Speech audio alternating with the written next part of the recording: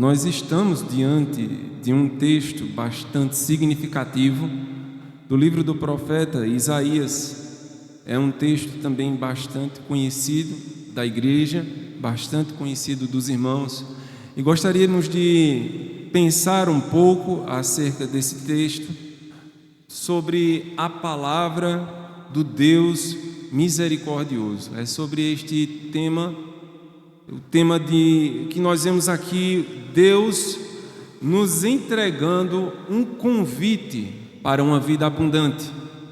Esse convite de uma vida abundante, entregue diretamente de Deus aos homens, nos revela a palavra do Deus misericordioso. O profeta Isaías, que foi o autor do livro que leva o seu nome, a atuação profética dele está entre as de maior destaque e relevância em toda a Bíblia, e principalmente no Antigo Testamento. Os seus escritos, eles são amplamente citados no Novo Testamento. O próprio Senhor Jesus faz uso de muitos textos do profeta Isaías, juntamente com os apóstolos. E entre as suas profecias, fato pelo que o livro é bastante conhecido, porque é um livro carregado de muitas profecias, elas são as que mais exploram a pessoa do Messias. É tanto que o tanto destaque Isaías vai trazer na pessoa do Messias, revelado posteriormente no Senhor Jesus Cristo, que por muitos ele é considerado um evangelho no Antigo Testamento, porque muitos dos seus escritos falam sobre a vida, o nascimento, a vida, a morte e a obra redentora do Messias. O ministério de Isaías foi um ministério turbulento. Ele foi chamado para ser profeta por Deus em uma época onde o povo de Israel se encontrava em um completo abandono da fé. Era um problema que a nação se encontrava, onde vários reis maus tinham se levantado, e por maus entendam, não necessariamente eles eram maus governantes, mas eles eram maus perante os olhos de Deus, porque não cumpriam a vontade de Deus e levavam o povo a pecar. Muitas das decisões desses homens, desses reis, desses líderes e príncipes de Israel passaram a ser calcadas no interesse comercial da nação ou no poderio militar que a nação poderia obter através de alianças com povos que Deus disse que não tivessem. Isso trouxe consequências. O povo começou a absorver costumes e culturas que iam de encontro à palavra de Deus. Toda vez que o povo de Deus começava a andar por um caminho que desagradava a Deus, pela sua misericórdia, Deus levantava um profeta para advertir ao povo, para levar o povo ao arrependimento e retornar aos caminhos de Deus. Isaías não foi o único profeta do seu tempo, ele foi contemporâneo de vários profetas. Isaías se destaca porque ele estava no meio da corte real. Ele estava entre os conselheiros do rei, e o seu período profético foi bastante longo, aproximadamente uns 40 anos. Ele passou por 4 reinados. Durante o seu período, ele vai vendo a obstinação de Israel, e na sua palavra, Isaías já revela, que Deus já revela a Isaías que seria um ministério infrutífero, que o papel de Isaías seria de pregar para não ser ouvido. Era uma tarefa ingrata que estava às mãos de Isaías. E por levar uma palavra de desacordo com a ordem do rei, Isaías dentro da corte era uma pessoa não grata. Ele era uma pessoa que sempre ia de encontro aos interesses políticos da nação, porque Isaías estava olhando os interesses de Deus. E apesar das suas advertências constantes, o povo continuava obstinado. E por causa disso, Deus levanta as nações ao redor de Israel para castigá-la, como disse que faria em Deuteronômio. O que acontece é que a Assíria destrói completamente Israel, que era o reino do norte. Nessa época, Israel já estava dividido em 2 reinos: o reino do norte, chamado de Israel, o reino do sul, chamado de Judá. E a Assíria destrói o reino de Israel, leva boa parte dos judeus de Israel para a Assíria e faz uma realocação de povos ali, e os remanescentes dos judeus acabaram se misturando com outros daqueles povos colocados ali pelo Império Assírio. E aí é o povo que vem surgir dali, é o que nós conhecemos no Novo Testamento como os samaritanos. No Reino do Sul ele permanece por mais um tempo, ainda lutando, capengando, porque ele ainda estava naquela indecisão. Levantava-se um rei que ainda seguia os caminhos de Deus, depois levantava-se outro que era completamente oposto, e Deus foi tendo paciência e misericórdia. Isaías advertia o povo acerca do seu pecado.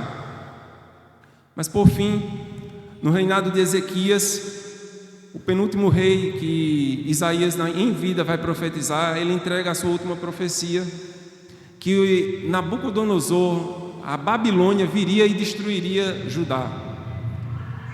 Logo depois, Manassés, o rei que segue Ezequias é Manassés. Manassés manda matar Isaías. Pela tradição, ele é cerrado ao meio. Nós sabemos pela tradição que ele é cerrado ao meio, a Bíblia não relata, mas nós sabemos que foi no período do rei Manassés. 80 anos após essa profecia do rei Ezequias, se concretiza a invasão da Babilônia e a deportação e o exílio de Israel para a Babilônia. E aí a gente já conhece o restante da história. Voltando para nós observarmos o livro, o interessante é que os primeiros 39 capítulos do livro de Isaías, ele é composto de profecias que trazem o juízo de Deus para o povo de Israel, alertando o povo a abandonarem os seus pecados, para que eles desfrutassem das bênçãos de uma vida plena de comunhão com Deus. Durante os 39 capítulos, Deus, através do profeta Isaías, faz inúmeras advertências do perigo do pecado e do perigo de Israel estar se relacionando tão intimamente com costumes e povos estranhos a Deus, de como Israel permitiu que os povos influenciassem e ditassem o modo como eles iriam viver. Por isso se tornaram idólatras, pecadores e blasfemos. De modo que Israel passou a agir ao contrário daquilo para o qual eles foram chamados. Deus levantou a nação de Israel para ser um povo sacerdotal, no qual seria uma luz para as nações. O propósito de Israel era guiar as nações para Deus, mas Israel não cumpre esse propósito. Ele permite justamente que o contrário aconteça. Ele permite que os povos vizinhos contaminem e os desviem dessa função primordial qual Deus os entregou. E os 27 capítulos seguintes, que nós encontramos do capítulo 40 aos capítulos 27, são os capítulos que Isaías escreve, eles são 100% proféticos.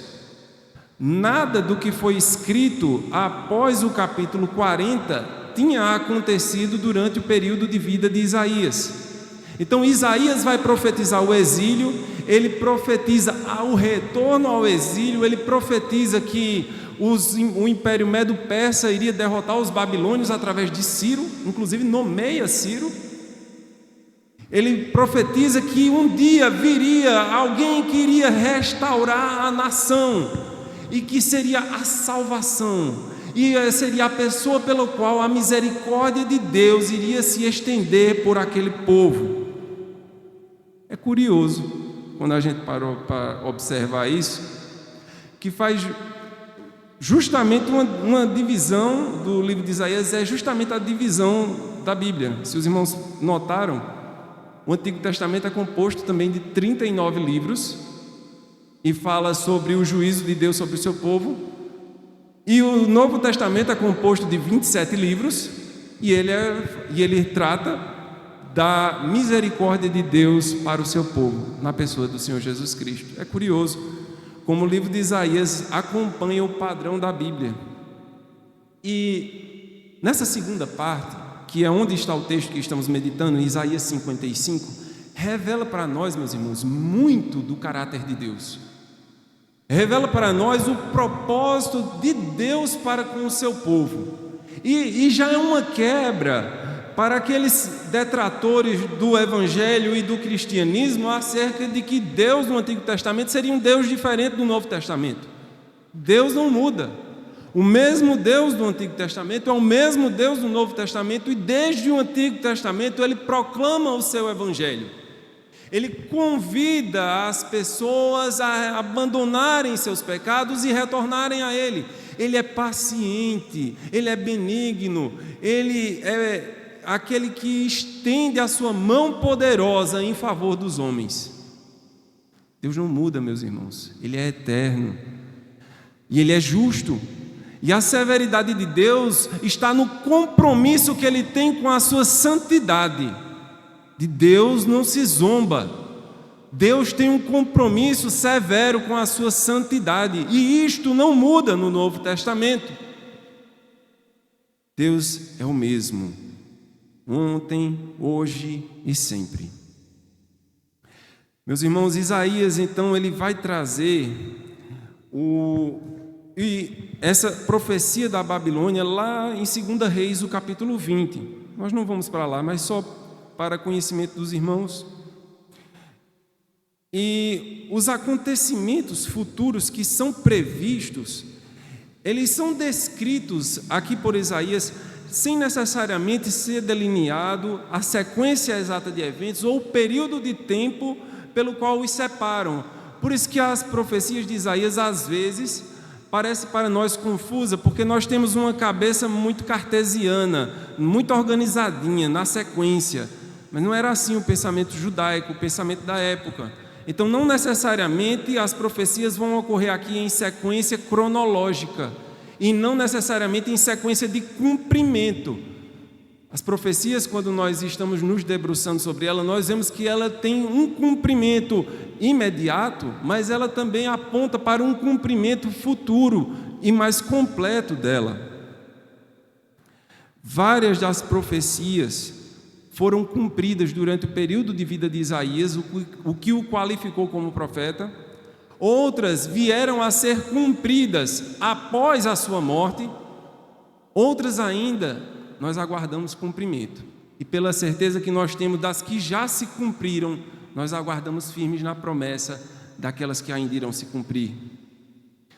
E aí os israelitas, os judeus, estão lá no exílio, e eles vão sofrer, meus irmãos, muito lá no exílio.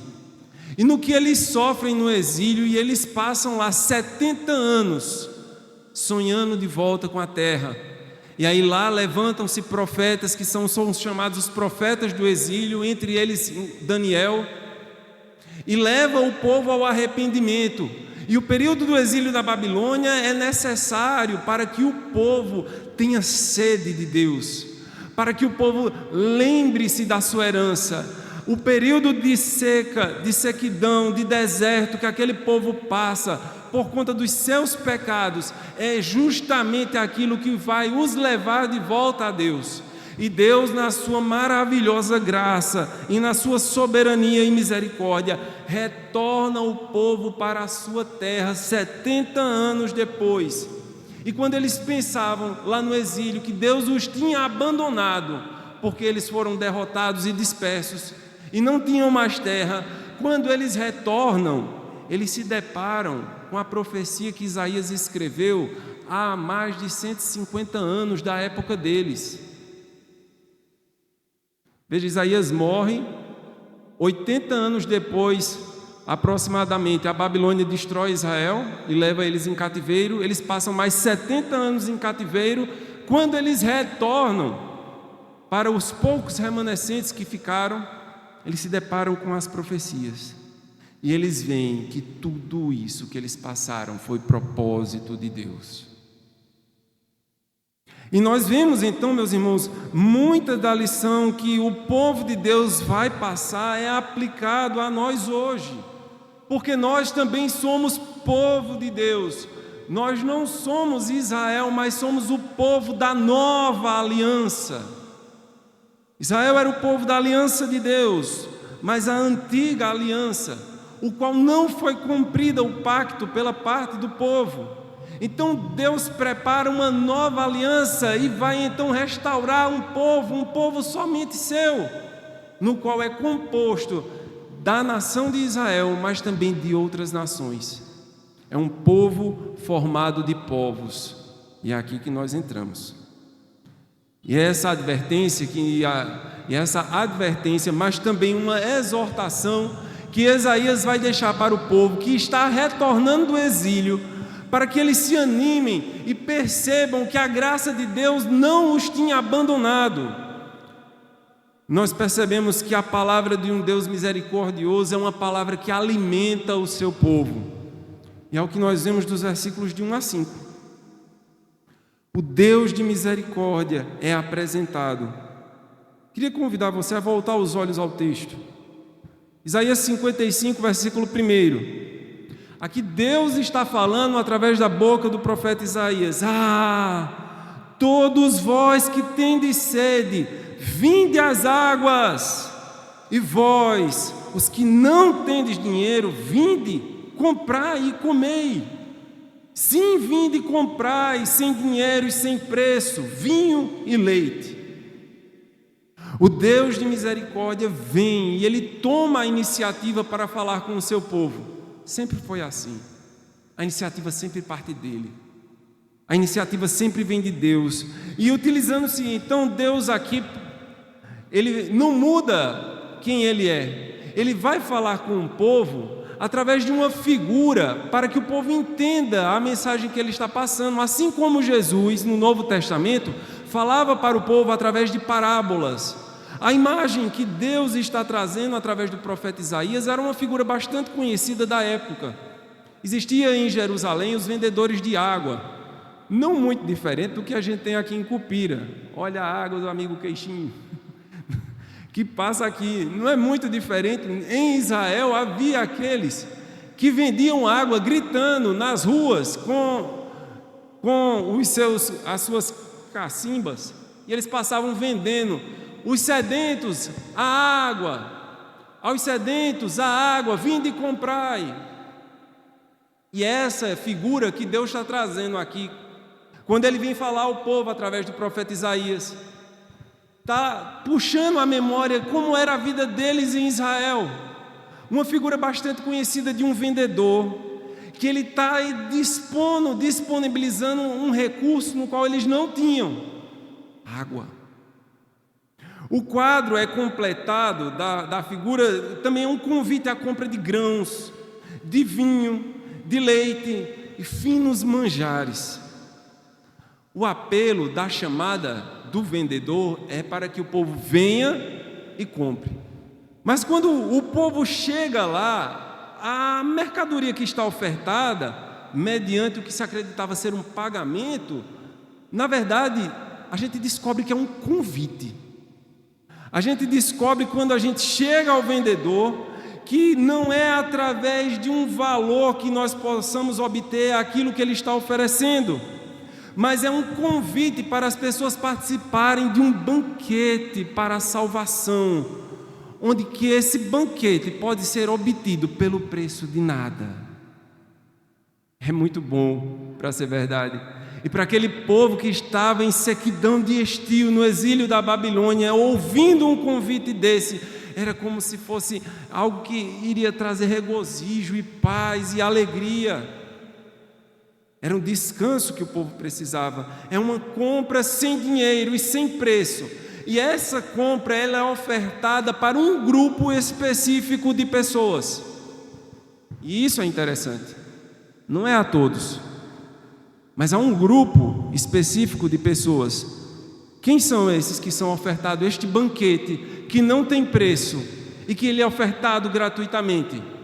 A vós que não tendes dinheiro, aos miseráveis, aos necessitados, aos que estão reconhecem a sua miséria, reconhecem o quanto não são nada, o quanto sem Cristo a vida deles não tem nenhum significado, o quanto nada neste mundo possa trazer qualquer satisfação.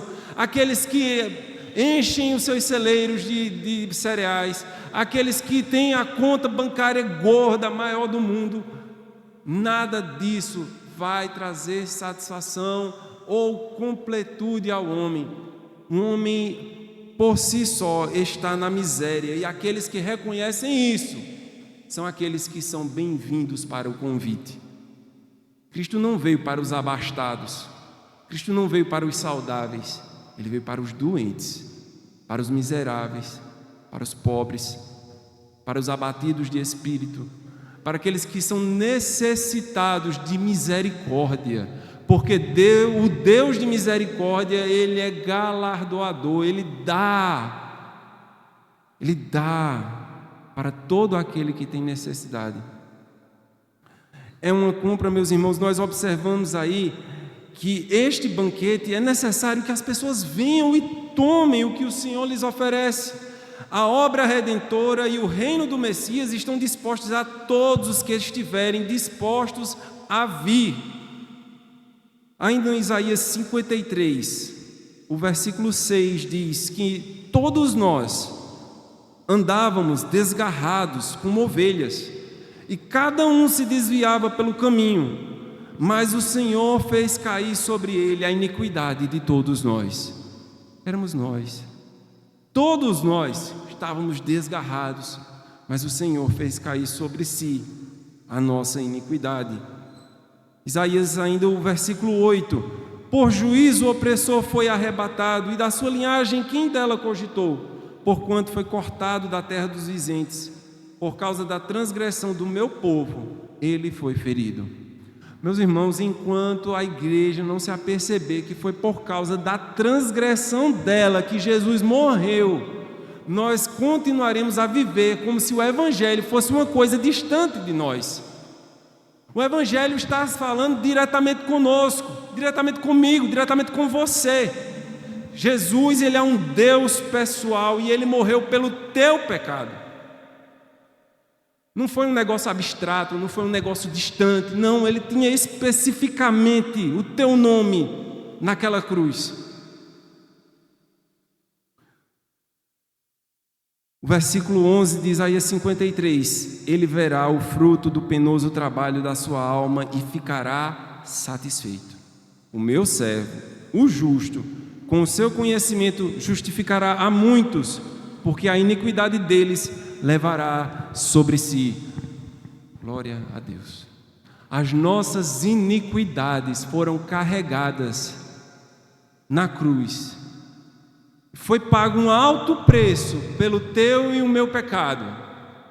E isso deve ser significativo para o povo. O convite semelhante a este é feito por toda a Bíblia. Provérbios, o capítulo 9.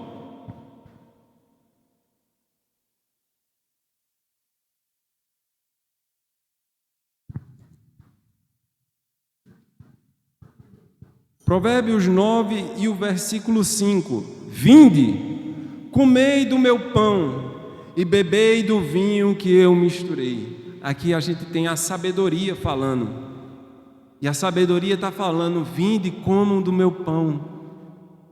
O convite, ele é estendido por toda a Bíblia. Em João, Evangelho de João, nós temos, pela progressão da revelação, nós vamos ter consciência agora de quem é esse pão. Evangelho de João, capítulo 4.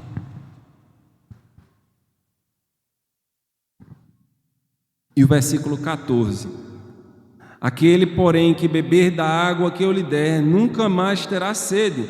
Pelo contrário, a água que eu lhe der será nele fonte para jorrar para a vida eterna. A água que ele tem para jorrar é uma água viva, uma água eterna. João 6:35 Declarou-lhes, pois, Jesus: eu sou o pão da vida. Quem é o pão que Isaías está falando? Quem é o pão que Provérbios está falando?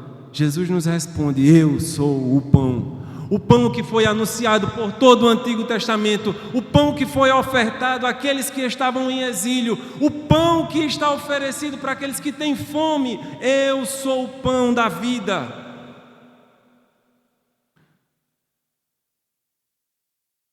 E ainda diz: o que vem a mim jamais terá fome, e o que crê em mim jamais terá sede. Você tem sede de Deus? Você tem fome de Deus? Será que não está faltando algo na tua vida? Certa vez um pastor já falou que o homem tem um buraco dentro de si do tamanho de Deus. Já tentou preencher com tudo que podia, não encontra satisfação em nada, não encontra descanso e paz. Luta, corre, acorda e dorme, trabalha e soa, e não encontra paz. Jesus, Ele é o pão da vida, e Ele te convida a beber da água que Ele tem a oferecer. E aí no versículo 2, por que gastais o dinheiro naquilo que não é pão, e o vosso suor naquilo que não satisfaz? E está aí uma pergunta significativa para os nossos dias. O quanto nós temos gastado dos nossos esforços naquilo que não é eterno? O quanto nós somos levados por esta sociedade altamente consumista, uma sociedade altamente imediatista, uma sociedade altamente entregue na busca por mais, onde a tela é infinita e a gente não para de deslizar o dedo, onde os vídeos no YouTube não têm fim, onde séries e mais séries, e animes e desenhos e tudo mais, e jogos e qualquer coisa em notícias e jornais. É tanto que nem se botasse 5 telas ao mesmo tempo a gente dava conta. E olha que hoje a necessidade por a gente estar ligado em tudo faz com que enquanto está assistindo um filme a gente está deslizando aqui no celular ou conversando com alguém no Zap. A gente não consegue mais prender a atenção em uma coisa só. A gente está tão distraído com tudo que o mundo tem a oferecer. A gente tem a nossa atenção tão dispersada justamente para a gente não focar na necessidade que está gritando dentro de ti. Preciso da água da vida, preciso do pão para matar a minha fome. Mas o mundo e Satanás não quer que você escute isto.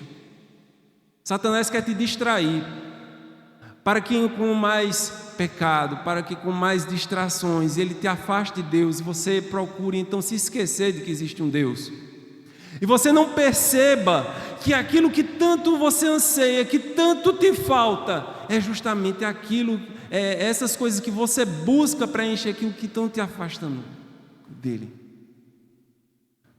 E aí, para essa sociedade tão distraída como a nossa, Deus fala no versículo 2: ouvi-me atentamente. Irmãos, vamos parar para ouvir. Ouçam com atenção, quer dizer, desliga tudo que está na tua cabeça e só foca nisso aqui, que isso é importante. Comei o que é bom e vos deleitareis com finos manjares. Se vocês comerem aquilo, a comida que eu ofereço, se vocês beberem da bebida que eu tenho a oferecer, nada mais do que o mundo tem a oferecer vai te seduzir. Nada mais daquilo que você despende energia, dinheiro, sono, vai te tirar mais do teu eixo, porque agora você vai estar centrado em Deus. Jesus, Ele é o pão que nós, comendo daquilo que Ele nos dá, nós vamos nos deleitar com finos manjares. Inclina os ouvidos e vinde a mim. Meus irmãos, como está difícil a gente inclinar os ouvidos. Nossos ouvidos parece que estão virados para dentro, porque a gente só escuta a gente mesmo. A gente só está preocupado em buscar as atenções, na minha opinião, e a gente só quer escutar alguém que fale a mesma coisa que eu penso. E a gente só quer escutar e só quer ver aquilo que me agrada. E passamos a ser mestres de nós mesmos. Mas inclina os ouvidos a mim o Senhor clama: vinde a mim, e a vossa alma viverá, porque convosco farei uma aliança perpétua. Aliança essa que consiste nas fiéis misericórdias prometidas a Davi. Essa aliança davídica entregue a Deus em 2 Samuel 7, 15 e 16, onde Deus promete a Davi que o seu reino seria eterno e que do descendente de Davi não se apartaria o reinado de Israel. É nessas promessas fundamentadas, elas são cumpridas pela fé em Isaías, o capítulo 9. Veja o que diz Isaías 9. Texto bastante recitado em um período específico aqui da igreja, mas que a gente nunca deve esquecer dele. O cumprimento da promessa de 2 Samuel nós encontramos em Isaías capítulo 9, versos 6 e 7. Porque um menino nos nasceu, um filho se nos deu. É interessante como o verbo está no presente, né? Ele nasceu. Quando Isaías escreveu isso aqui, faltava muito para Jesus chegar. Mas Isaías ele escreve: ele nasceu. Ele nasceu. Era pelos olhos da fé que Isaías já via a promessa cumprida diante de si. É com esta mesma fé que nós conclamamos a uma fé do Santo Evangelho, olhamos para Cristo como autor e consumador da nossa fé, na certeza e esperança que Ele vai voltar, da mesma certeza e esperança que Isaías tinha a escrever que Ele viria, porque um menino nos nasceu, e um filho se nos deu, e o governo estará sobre os seus ombros. O governo está sobre Ele. Elas foram consumadas, essa promessa cumprida em Isaías, ela foi consumada lá em Atos. Atos 2.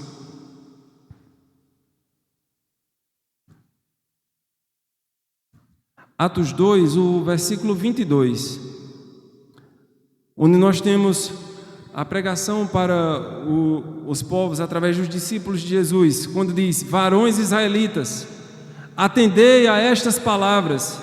Jesus, o Nazareno, varão aprovado por Deus diante de vós com milagres, prodígios e sinais, os quais o próprio Deus realizou por intermédio dele entre vós, como vós mesmos sabeis.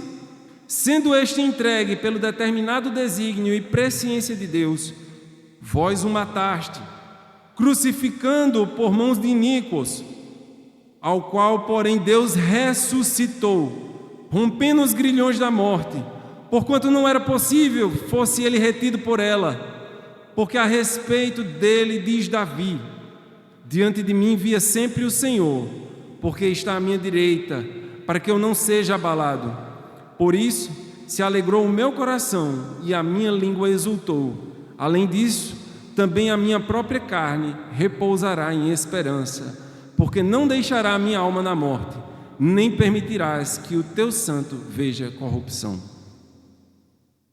Aqui nós temos os discípulos lembrando ao povo de Israel que Davi já tinha visto o dia do Filho de Deus, o dia do servo. Ele já tinha visto o seu descendente e o seu Senhor, e Davi descansou quando o viu pela fé.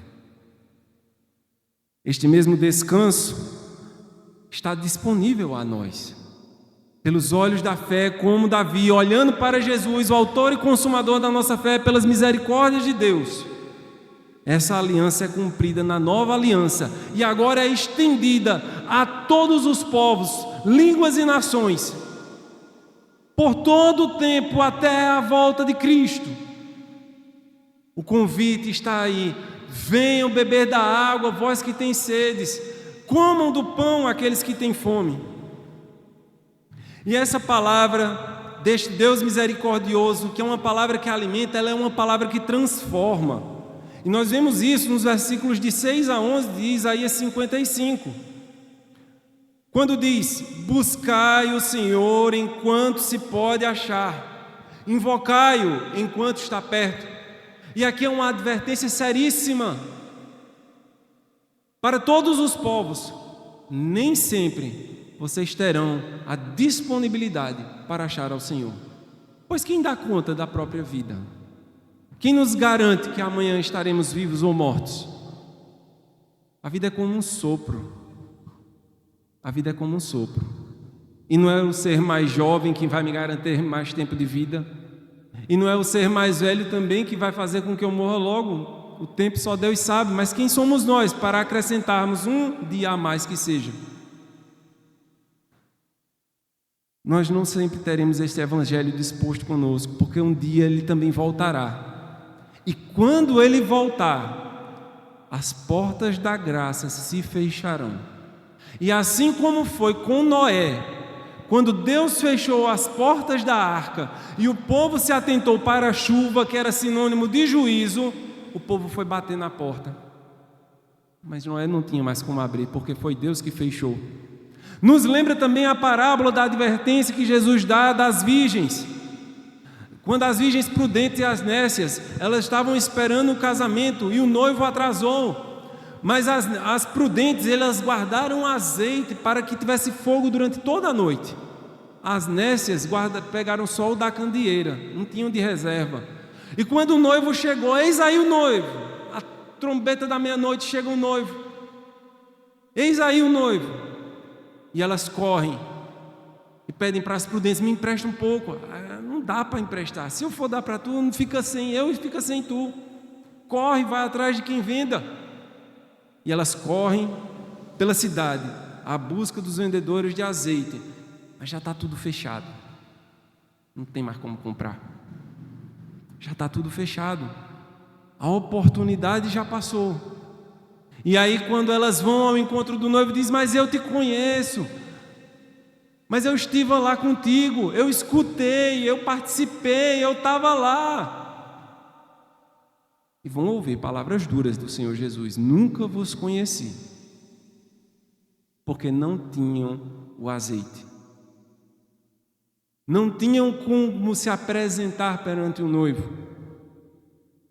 É uma advertência séria. Busquem ao Senhor enquanto se pode achar, enquanto estas portas estiverem abertas, enquanto a Bíblia estiver disponível. Quantas nações não têm a Bíblia e não têm condição de buscar a Deus? E nós vendemos ela a todo preço, de todos os formatos, cores, sabores. Temos ela disponível de todos os pontos de venda, de todos os preços possíveis e imagináveis, com todos os tipos de traduções, das mais complicadas às mais difíceis, com todos os tipos de auxílio. E parece que quanto mais produz-se material para a Bíblia, menos o povo busca ela. Buscai ao Senhor enquanto se pode achar. E aí ele vai convocar ao arrependimento. Lembra-se que eles estavam no exílio. E no exílio lá eles estavam por conta dos seus pecados. Então neste convite de busca e retorno ao Senhor é necessário arrependimento. Deus chama, Deus convida, mas só permanece aqueles que se arrependem. É o que nos mostra o versículo 7: deixe o perverso o seu caminho, o iníquo os seus pensamentos. Iníquo é aquele que pratica iniquidade, ou seja, o pecado contra Deus, aquele que não está de acordo com a vontade de Deus. O perverso é todo aquele que pratica o mal. E meus irmãos, todos nós somos maus. Porque Deus olhou do céu à terra e procurou um bom e não achou um sequer. Foi necessário Ele enviar um bom para ser o nosso representante. Converta-se ao Senhor, que o Senhor vai se compadecer de você. Volte-se ao nosso Deus. Ele é rico em perdoar. Não existe nenhum pecado que Deus não possa te perdoar. Não devemos, meus irmãos, Satanás coloca muito na cabeça da gente: eu pequei tanto, eu fiz tanta coisa de errado, eu estava na igreja, eu fiz isso de errado, eu não tenho coragem para voltar a Deus, eu não tenho cara para olhar de novo nos olhos de Deus, eu não tenho condições de me ajoelhar. Com que cara eu vou me apresentar a Deus, depois de ter conhecido Ele e ter pecado, de ter feito as minhas próprias vontades e rejeitado o seu santo amor? Mas a Bíblia revela, meus irmãos, isso aí são pensamentos do maligno postos em nossas cabeças para nós não nos voltarmos a Deus, porque o que a Bíblia revela é que Deus, Ele é perdoador, Ele é galardoador dos que o buscam, Ele dispensa galardão, recompensa, perdão. Ele só pede o arrependimento dos nossos pecados, arrependimento verdadeiro, no qual nós voltamos os nossos caminhos, abandonamos todas as nossas práticas más. E não existe para Deus nenhuma prática má suficiente que o sangue de Jesus não possa cobrir. Os meus pensamentos não são os vossos pensamentos. Eu não penso do mesmo jeito que vocês pensam. Eu não tenho os ressentimentos que você tem, eu não tenho os pecados que vocês têm. Tão diferente como o céu e a terra são os meus pensamentos dos vossos pensamentos. Aos seus olhos parecem bons, não é? Para mim são abominação. O melhor das suas obras para Deus não passam de abominação e trapos de imundícia. Meus irmãos, nele nós nos movemos, vivemos, existimos, respiramos. Nós dependemos dele, da misericórdia dele, é somente dele, é por causa dele. Mesmo os incrédulos estão na dependência dele. O respirar, o sol, a chuva, o dia, a noite, tudo depende dele. Eu e você estar aqui depende dele. O cabelo da minha cabeça depende dele. Meus pensamentos não são os pensamentos de vocês. Vocês têm um pensamento muito pequeno. Nós temos um pensamento muito limitado. Quando a gente se compara com os grandes homens da história da humanidade, a gente olha assim, meu Deus, que gênio! Como é que eles chegaram lá? Que cara extraordinário, que homem, que mulher extraordinária. Nunca que eu conseguiria alcançar o que esses homens alcançaram. Eu não consigo entender os escritos desse cara. Deste homem, ele tem escritos muito profundos, minha mente não chega. Pois é desse mais sábio que Deus olha e considera tudo aquilo loucura. É o que Paulo nos revela. Deus faz da sabedoria dos homens vergonha, porque para ele não passa de loucura, porque a maior das sabedorias dos homens aos olhos de Deus são isso. E os meus caminhos, diz o Senhor, não são os vossos caminhos. Deus está tratando aqui do povo acerca de como ele fez para trazer o povo de volta. Veja, os pensamentos de Deus, o caminho de Deus era necessário que o povo se arrependesse da incredulidade do pecado, porque os pensamentos do povo estavam em conflito com os pensamentos do Senhor. Primariamente aqui no texto, Deus está falando dos caminhos que ele utilizou para trazer Israel de volta à sua terra. E a ideia de trazer Israel de volta à terra também estava ligada a trazer Israel de volta à aliança. E de como Deus permitiu que a história se desenvolvesse para que atingisse os objetivos de Deus. Deus moveu o império assírio, Deus moveu o império babilônico. As maiores atrocidades foram cometidas por permissão divina, porque era o caminho que Deus utilizou para usar de misericórdia para com o seu povo. Veja que Deus moveu as nações, Deus guiou a história para cuidar do seu povo. Por que então nós deveríamos pensar em buscar guiar nosso caminho, as nossas vidas, como se não existisse esse Deus? Deus move nações, Deus move a história, Deus muda o curso e o coração dos governantes. É Deus que dita o ritmo de todas as guerras. Está na mão dele. Não cabe à igreja se preocupar e se engajar como se a igreja fosse mudar algo dos destinos da rumo desse mundo. Foi esse o problema de Israel. Por não confiarem na mão poderosa de Deus, se aliaram a estranhos, a povos pecadores, para resistir às tribulações que eles estavam vindo. Por não confiarem que Deus os protegeria, eles buscaram recorrer a outros, que sirva de advertência para a igreja. A igreja deve ser dependente, única, exclusivamente de Deus. A igreja não deve buscar auxílio de outra fonte que não a de Deus. Outro recurso não deve ser utilizado além da palavra de Deus. Nós não devemos nos engajar em nada a não ser da obra do reino de Deus. Porque Deus é quem controla toda a história. Ele é soberano. Quer dizer que nada acontece sem a permissão, sem o consentimento. E tudo caminha para o fim que Ele determinou. Nada foge ao controle de Deus. Deus não é surpreendido.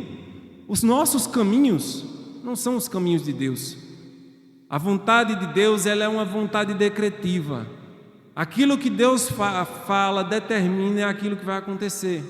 E Ele já determinou um fim para o seu povo. Era um fim de redenção. É um fim de salvação. É um fim de libertação. E aí Ele nos convida a descansar nele. É necessário, meus irmãos, que nós entendamos isso. Toda a história está nas mãos deste Deus. Porque assim como o versículo 10, porque assim como descem a chuva e a neve dos céus e para lá não tornam, sem que primeiro reguem a terra e a fecundem e façam brotar para dar a semente ao semeador e pão ao que come, assim será a palavra que sair da minha boca, não voltará para mim vazia, mas fará o que me apraz e prosperará naquilo que eu designei. A palavra do Senhor é uma palavra poderosa. A palavra do Senhor é a sua palavra criativa. A palavra de Deus é a palavra que nós encontramos em Gênesis, quando Ele diz, faça-se, e acontece. A palavra de Deus é aquela palavra poderosa que move montanhas e acalma o mar. Quando Jesus fala, acalma-te vento, acalma-te tempestade, e tudo para. A palavra de Deus, ela está disponível à igreja. Ela é a arma mais poderosa do crente. E ela está aqui entregue na Bíblia. A Bíblia, ela é a palavra de Deus. Ela é suficiente. Ela é inerrante. Ela é infalível. Ela é vinda e entregue de Deus a nós, preservada por obra divina. Ela é arma poderosa para lutarmos contra todas as forças espirituais que se levantam contra a igreja. Ela é arma poderosa para levar almas que perdidas e arrancá-las do poder de Satanás e trazê-las de volta a Deus. Ela é arma poderosa para derrotar as portas do inferno. Nós devemos nos apropriar desta palavra. Foi esta palavra que criou os céus e a terra. Foi esta palavra que nos enviou o seu Filho. E o Evangelho de João, capítulo 1, nos revela quem é a palavra. No princípio era o Verbo, ela era a palavra, era o Logos. No princípio era Deus. Jesus estava no princípio com Deus. E sem Ele, nada do que foi feito se fez. Foi entregue a nós, aos santos. O contraste ressalta aqui a incredulidade e a falibilidade humana, em contraste com a infalível e divina palavra de Deus. E ela, por ter origem no Criador, e por ela vir direto da boca de Deus, ela, quando dispensada, ela cumpre seu propósito. O propósito de Deus para a sua palavra. Abra, por favor, Deuteronômio, capítulo 8.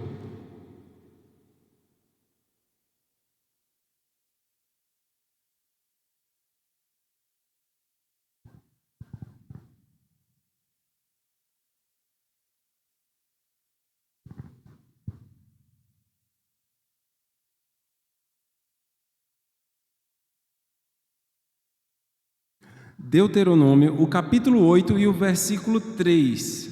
Diz assim: Ele te humilhou e te deixou ter fome, e te sustentou com o maná, que tu não conhecias, nem teus pais o conheciam, para te dar a entender que nem só de pão viverá o homem, mas de tudo que procede da boca do Senhor viverá o homem.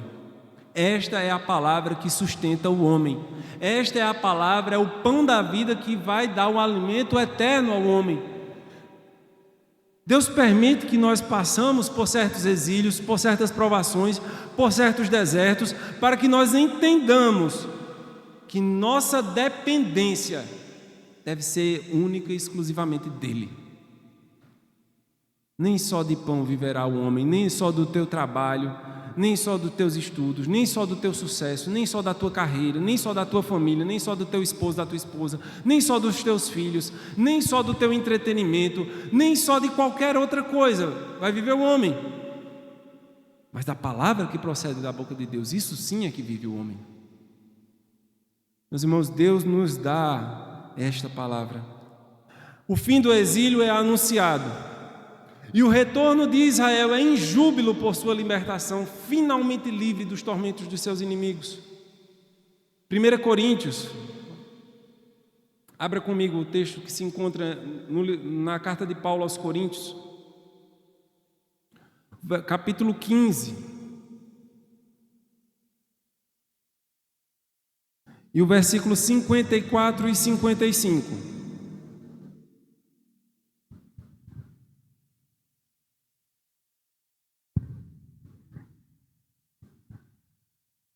1 Coríntios, o capítulo 15, o versículo 54.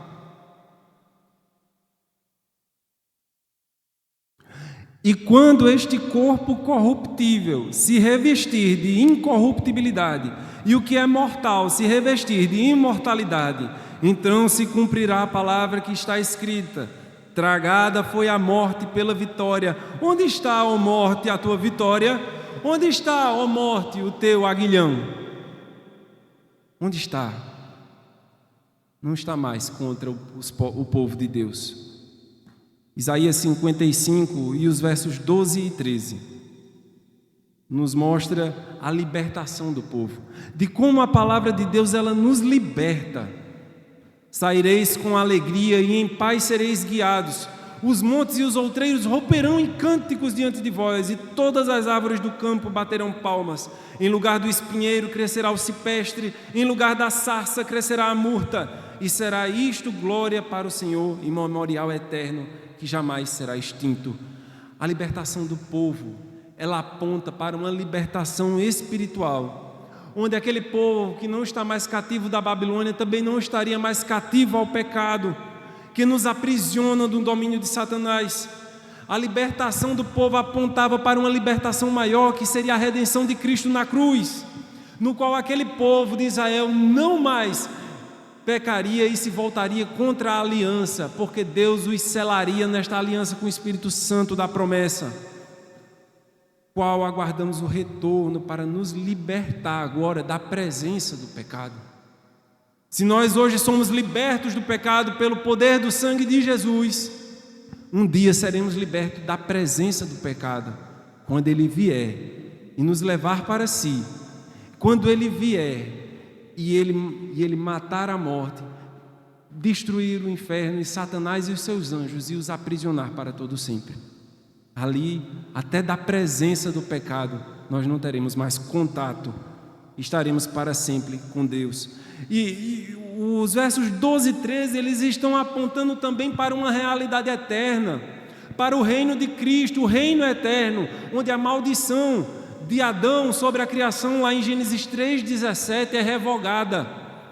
E a criação irá dar testemunho da redenção do Senhor para o seu povo, como nos aponta o apóstolo Paulo em Romanos 8, os versos de 19 a 23, quando fala que até a criação suspira, anseia pela redenção dos filhos de Deus.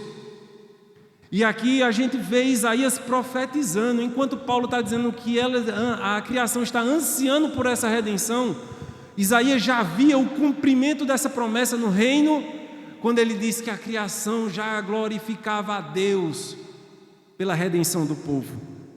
A redenção de Israel aponta para uma redenção eterna, que está para além do temporal, que está para dentro do padrão de Deus, do reino eterno.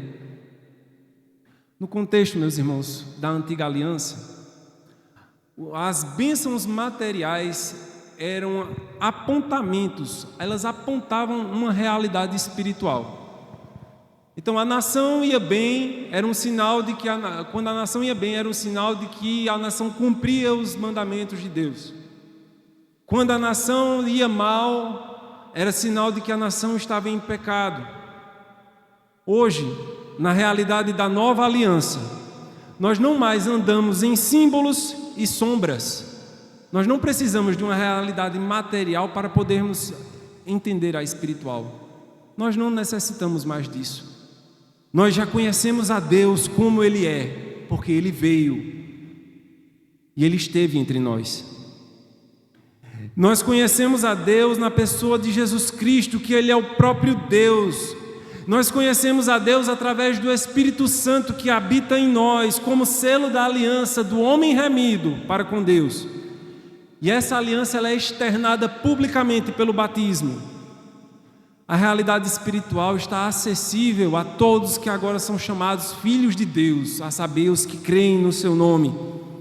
A prosperidade do povo de Deus não é mais avaliada pelos bens materiais e nem pela prosperidade da nação, mas a prosperidade do povo de Deus agora na nova aliança ela é avaliada pela presença, a ação e o mover de Deus no meio do povo, diretamente sobre o seu povo. É através de um aprofundamento relacional com Deus. É Deus agindo diretamente sobre nós. É sobre desenvolver uma vida eterna no dia de hoje. Quando começa a nossa vida eterna? É hoje. Hoje começa a vida, é hoje, que não deixe para amanhã, é hoje que Ele estende o convite. Você que tem sede, você que tem fome, eu tenho água e comida que jorram para uma vida eterna. Pela ação da sua palavra, como nós vimos, Deus alimenta, Deus transforma, Deus liberta. Esse Deus misericordioso, Ele estende a sua misericórdia sobre todos os que estão firmados nessa aliança, os que se arrependem dos seus pecados e os que atendem o convite ao banquete. E que esse possa ser, meus irmãos, nosso propósito como povo de Deus, como povo que se chama pelo nome de Deus, ao desfrutarmos da sua misericórdia e salvação, que nós possamos conhecer a Deus e torná-lo conhecido. Que Ele nos abençoe.